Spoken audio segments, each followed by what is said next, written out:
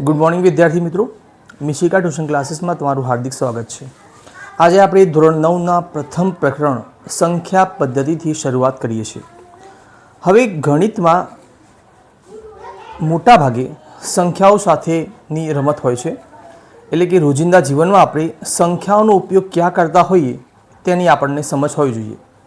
જેમ કે આપણે કોઈ કરિયાણું લેવા જઈએ ત્યારે આપણે પૈસાની લેવડ દેવડ માટે કે પછી વાહન વ્યવહાર કરતી વખતે બહાર ગામ જવું હોય તો એના ભાડા પેટે જે પૈસા આપવાના હોય એમાં પણ પૈસાની ગણતરી કરવા માટે કે પછી કોઈ વસ્તુની ગણતરી કરવા માટે આ દરેકે દરેક જગ્યા પર સંખ્યાનો ખાસ ઉપયોગ થતો હોય છે। તો ગણિતમાં અથવા આપણા રોજિંદા જીવનમાં આખા સંસારમાં એમ કહીએ તો પણ ચાલે કે ગણિતમાં જેટલી સંખ્યાઓ હોય એ સંખ્યાઓની રચના કેટલા અંકોની મદદથી થતી હોય છે। तो मुख्य अंकों की जो आप बात करिए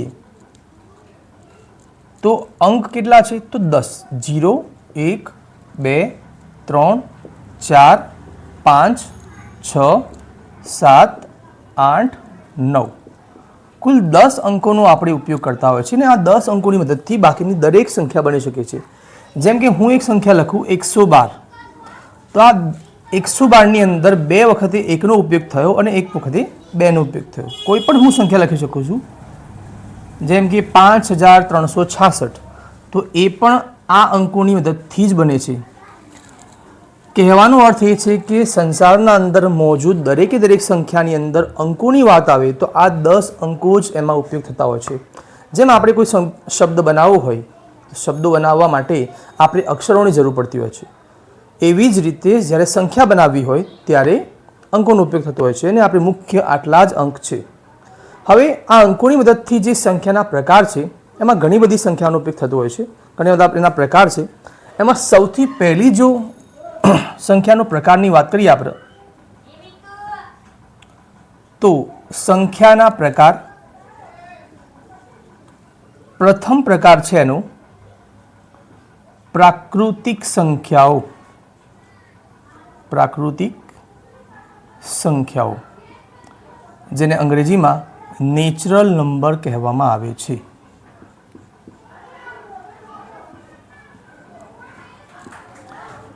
हवे प्राकृतिक संख्याओनी शरूआत एनी संज्ञानी जो बात करिए तो ए छे एन।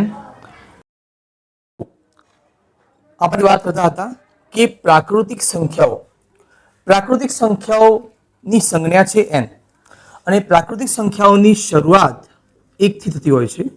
1 2 3 4 आ बधी ज संख्याओने प्राकृतिक संख्याओ कहेवामां आवे छे। हवे आ संख्याओमां आपेला अंकोनी वात करीए तो एमां 0 नथी तो एना कारणे एक नवी संख्यानुं निर्माण थाय छे पूर्ण संख्याओ। पूर्ण संख्याओ अने पूर्ण संख्याओने अंग्रेजीमां होल नंबर पण कहेवामां आवे छे। होल नंबर्स जेनी संज्ञा छे W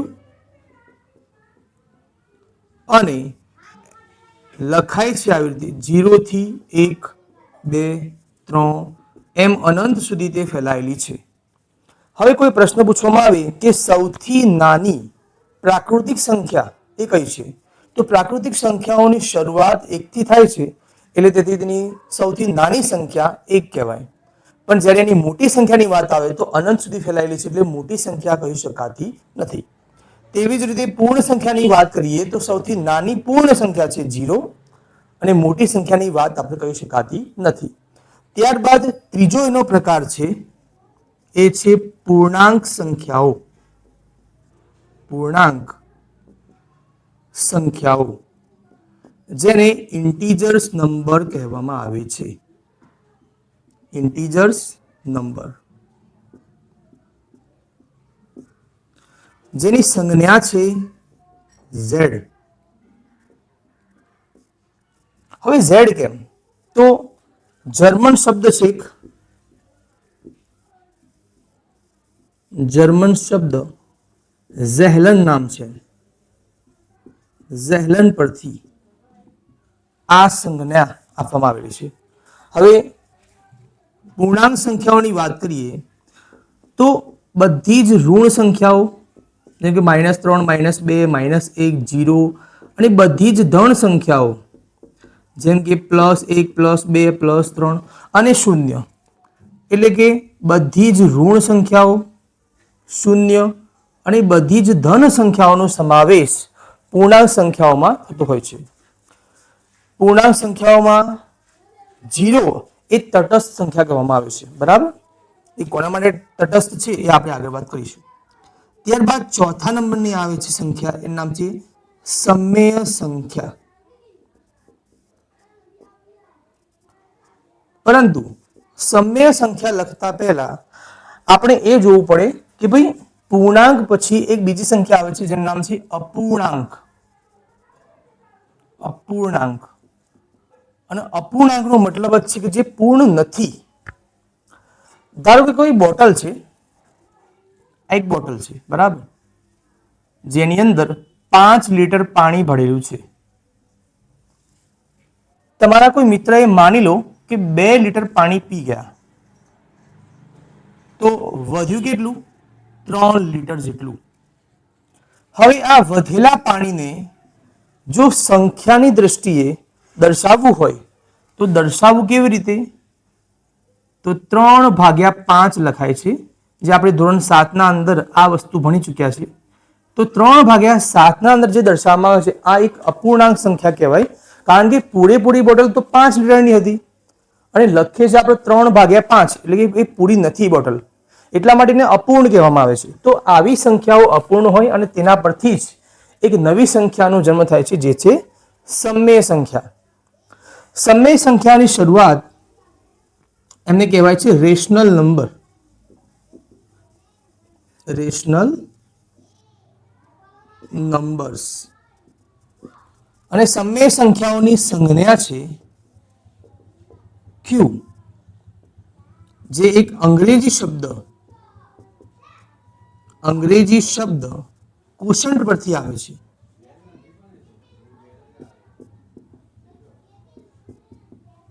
ક્વોશન્ટ પરથી આવે છે. હવે સમમેય સંખ્યાઓમાં કેવી સંખ્યાઓનો સમાવેશ થાય? તો જે સંખ્યાઓને p/q સ્વરૂપે દર્શાવી શકાય તેવી તમામ સંખ્યાઓને આપણે સમમેય સંખ્યાઓ કહી શકીએ.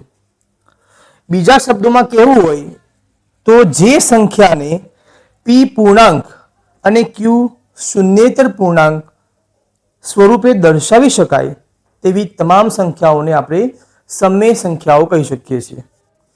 હવે p/q ની અંદર p છે એ અંશ છે અને q એ છેદ છે. અંશને અંગ્રેજીમાં ન્યુમરેટર કહેવાય, છેદને ડિનોમિનેટર.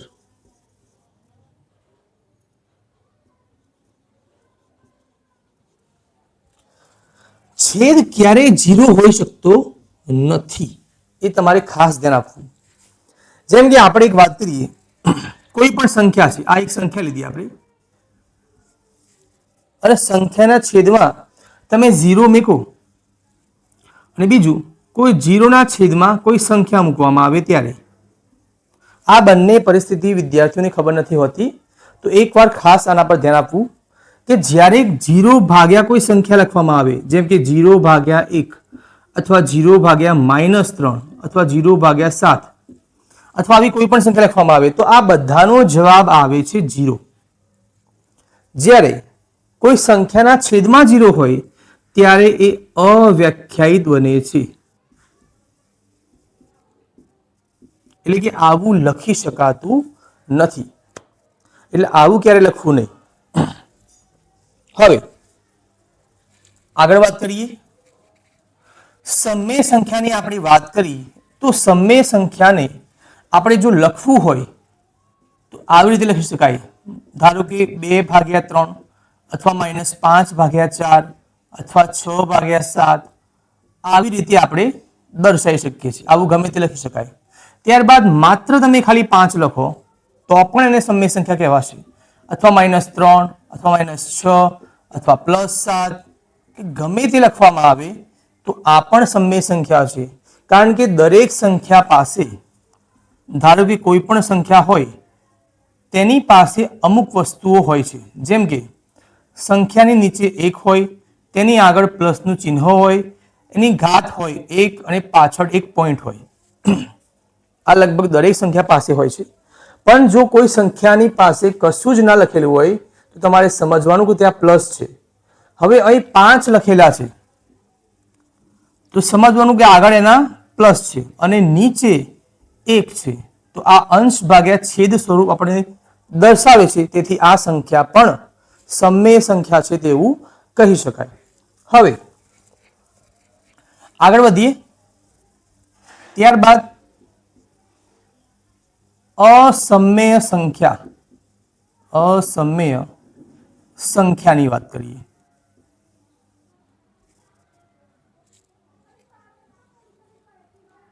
હવે અસમય સંખ્યા એટલે કે ઇરેશનલ.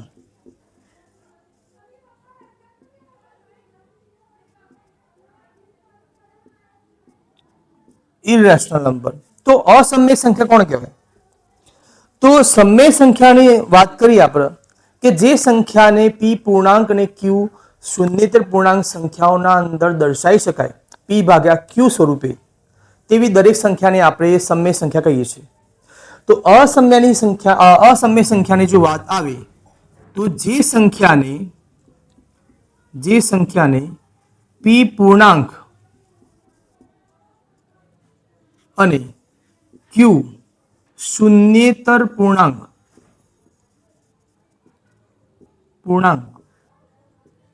એટલે કે p ભાગ્યા q સ્વરૂપે દર્શાવી ન શકાય તેવી તમામ સંખ્યાને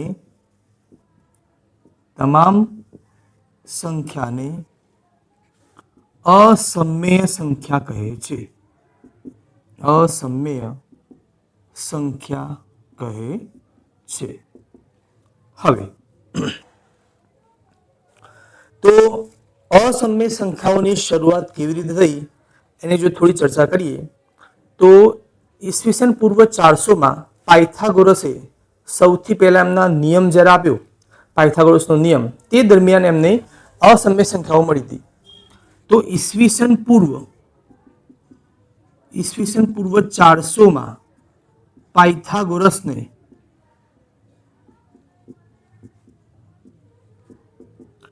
એમને શોધ કરી, બરાબર.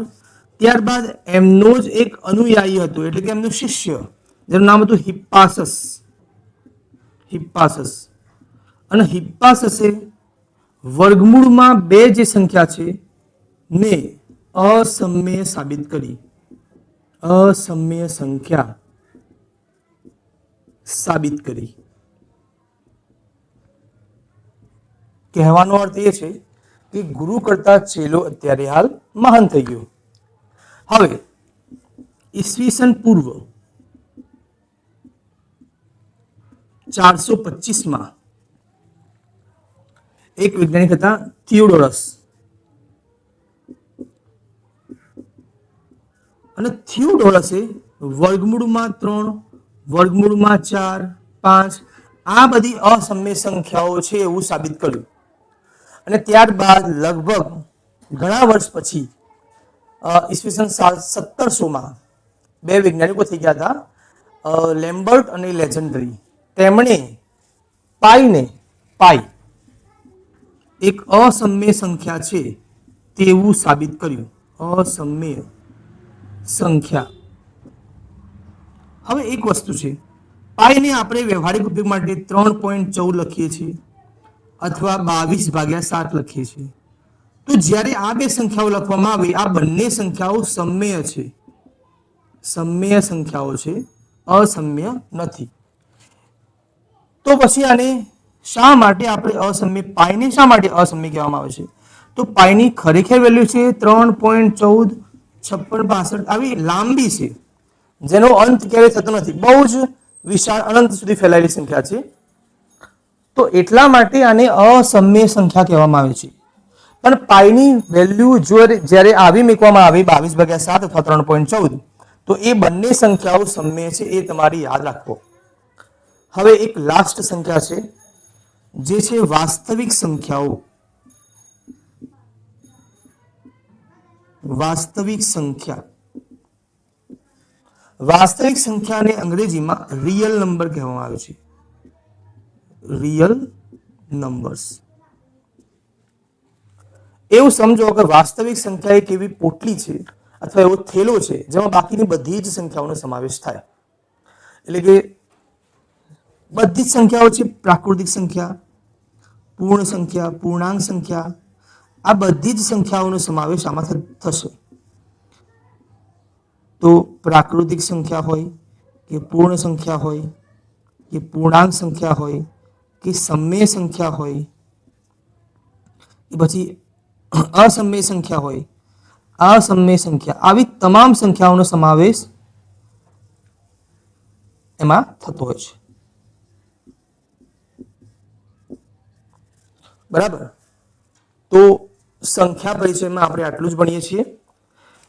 હજી એક વસ્તુ મારે ભણાવી હતી પરંતુ જગ્યાની કમી છે, છતાં આટલી એ થોડી જગ્યા છે, અહીં કરીએ. જો એક તમારે આ યાદ રાખવાનું કે આ છે પ્રાકૃતિક સંખ્યા, ત્યારબાદ પૂર્ણ સંખ્યા, ત્યારબાદ પૂર્ણાંક સંખ્યા, ત્યારબાદ સમય સંખ્યા અને લાસ્ટમાં વાસ્તવિક સંખ્યા. વાસ્તવિક સંખ્યાની સંજ્ઞા જે હોય છે એ છે આર, રિયલ નંબર. ઠીક છે. હવે જો દરેક પ્રાકૃતિક સંખ્યા હોય એને વાસ્તવિક સંખ્યા કહી શકાય. આવા ઘણા બધા પ્રશ્નો પૂછાતા હોય છે, એટલે યાદ રાખવું કે દરેક પ્રાકૃતિક સંખ્યા હોય એને વાસ્તવિક સંખ્યા કહેવાય. દરેક પ્રાકૃતિક સંખ્યાને તમે પૂર્ણ સંખ્યા કહી શકો, પૂર્ણાંક કહી શકો, સમય કહી શકો. એટલે આ તરફથી આ તરફ કોઈ સંખ્યાને કહેવું હોય તો એ બધાનો જવાબ હા આવશે. જેમ કે હું એમ કહું કે પૂર્ણ સંખ્યાને વાસ્તવિક કહેવાય, તો બધી જ પૂર્ણ સંખ્યાઓનો સમાવેશ વાસ્તવિક સંખ્યાઓમાં થાય, અથવા દરેક પૂર્ણાંક સંખ્યાઓનો સમાવેશ વાસ્તવિક સંખ્યાઓના અંદર થાય. પરંતુ જો ઊંધું પૂછવામાં આવે આવી રીતે કે શું વાસ્તવિક સંખ્યાઓનો સમાવેશ પ્રાકૃતિક સંખ્યાઓમાં થાય, તો આનો જવાબ નહીં આવે. આવું ઊંધું કોઈ પણ જગ્યાએ પૂછવામાં આવે તો એ દરેકનો જવાબ આવશે ના. તો પ્રથમ વિડીયોમાં આટલું જ રાખીએ છીએ. આગળના વિડીયોમાં પછી વાત કરશું.